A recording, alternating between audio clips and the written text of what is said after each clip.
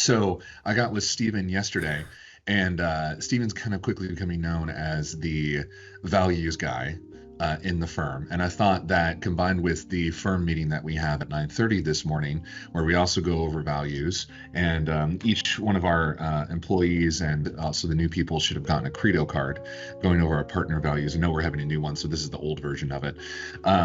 But I wanted Stephen to talk about that today and kind of give the why for what we do, because we want to be more than just a law firm. You know, as Charles has talked about, Rebecca, Stephen, I, and other people, we're here to help people. And Stephen, I think, has a good presentation on talking about that today. So, Stephen, you want to take it away? Yeah, sure. Sorry. Let me stand up so I can think.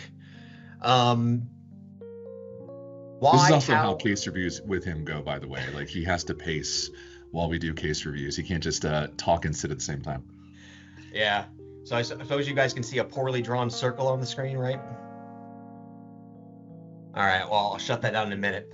The method for this, I was super excited when they announced this guy at our LIT meeting, is Simon Sinek, because it's a method I know very, very well. And I'll give you the quick 30-second rundown kind of on this.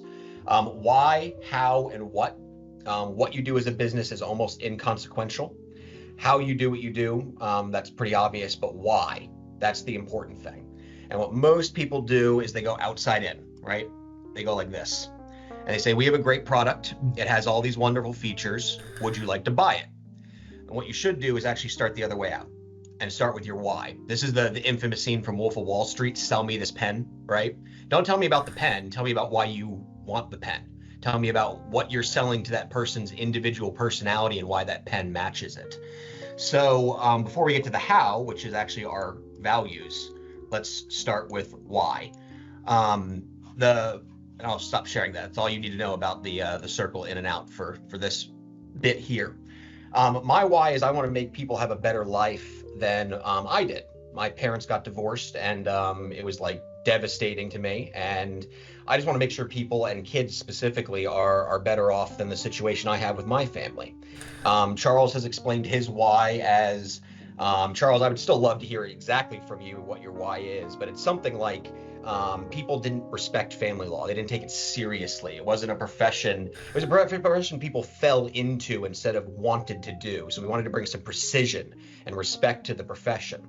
And that's why you see why I always joke that I always get along when Charles talks. It's not because I'm trying to suck up to him. It's because our whys don't conflict. They actually line up or can overlap just fine. Now, a couple weeks ago, and I'm still planning to try and get people together for like a literal why discovery thing sometime in the summer. That's why I haven't talked about it, because I got some paternity leave I'm going to be taking in the summer, and I intend to do it during that time. I will run away from my newborn child to train you all. But a couple of the whys were good. I think I had 7 attorneys answer and 1 paralegal. But I got a couple of more people to answer over the weeks, and one of the whys that came back was money. And that's what I want to talk about today. One leader said money straight out, and I have mad respect for her for saying that. She straight up said, I'm motivated by Skrilla. And I was like, all right, we'll work on that. And 2 other people said they were motivated by taking care of their family. That sounds like a good why, doesn't it? It's not. It's money. That's a fancy way of saying I'm motivated by money. And what I'll try to impress with you with these examples is not only if your motivation is truly money, finding your why will make you more money in the long run. And more importantly, having a why, if your goal is not to make the most money in the world, which mine isn't, the why will be better suited for your needs anyway.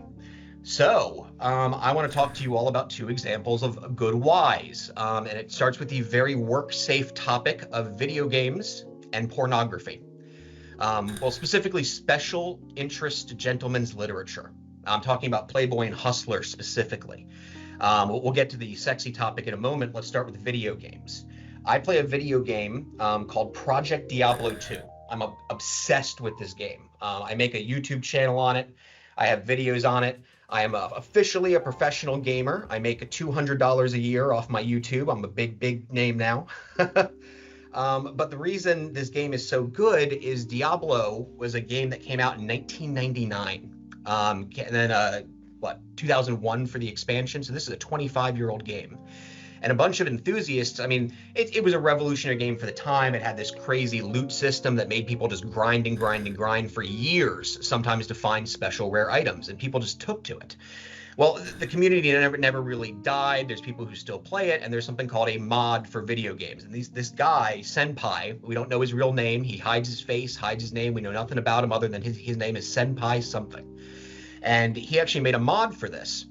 And 25 years later, his why was, I want to continue the development of Diablo 2 as if it had never ceased, as if Blizzard North, for any of you gamers out there, never sold the company, never became Blizzard Activision, and just wanted to make a good video game off of their flagship program like it never ceased. And he's been pretty successful at that. And he got so many people to show up for this a quarter-century old video game that on launch of it, 25,000 people from across the world, 5 different continents we have servers on, showed up for this. Still, 5 years later, the retention is about 12 to 15,000 players every season, and every season is about 5 months. And this is a set of gamers who are all our age. These are 35-year-olds. I have the demographics on my YouTube channel. Every single person there is between the ages of 25 to 45, 95% male. So he has gotten daddy gamers to come out and play video games again. We have such a following. Like I said, people make YouTube videos on this. I got famous in this community. I can't go into a trading game now without someone saying, oh my God, it's LolSuit, the guy who makes the YouTube videos, because I put out a video to try and get their server costs funded. Why do they need their server costs funded? Well, I talked about money at the start, right? They can't make money off this. The intellectual property is owned by Blizzard. This is completely self-funded by the community. And matter of fact, when our server costs aren't there, there is a billionaire in Europe whose name they won't give out because it's apparently a big enough person we could Wikipedia him and find out who he is, but he funds our server costs. He'll come in when we're missing a couple $1,000s and drop $10,000 every season to get them funded up if we don't do it, which is pretty rare when we don't. Because all I have to do is drop a video saying, hey, server costs are down, guys. We want to play our game, and the donations roll in. So it doesn't matter about money. People are showing up. People will throw tens of thousands of dollars at a project if they believe in your why. And the reason I love this video game so much is I literally take some of the things that they do and apply it here. They are so good at predicting what the community wants before they ask for it, that they come up with innovative ideas. And as someone like me who thinks video games are art, the reason I do it and participate in that community is not just to play a silly game. It's because I know that these people playing it will hold video game companies to a higher standard. For anyone who does play games, we're in the death thralls of video game land, man. All the AAA companies are downfalling all of their IPs. Nothing's going well. Customer service is down. Satisfaction is down. And I know if I participate in this small dedicated group here, those people might take that message to those AAA companies and actually start changing something. Might not happen, but I still show up every season start. Eric, if you ever see randomly that I'm requesting a Friday off because I'm tired, it's because I'm playing Project Diablo 2 when the season resets on Friday at noon. But again, why? It makes us all show up. 10,000 people, up to 15, 5 different continents. I still have friends that I made in Australia, but when the game came out, I was actually starting my job down here, and I had a 4-month layover with a newborn. So when my kid woke up at 2 in the morning, I'd go play this game and feed him a bottle. I made friends in Australia and Korea that I still have to this day, 5 years later, still talk with them. The Korean guy, I can still, his English has gotten much better and I can finally start understanding what he's reading when he sends to me, but he understands me at least. The other examples on good why statements, why you do what you do. Like I said, Playboy and Hustler. I'm actually obsessed with these companies. They're very weird and interesting if you want to look up their history. Because you think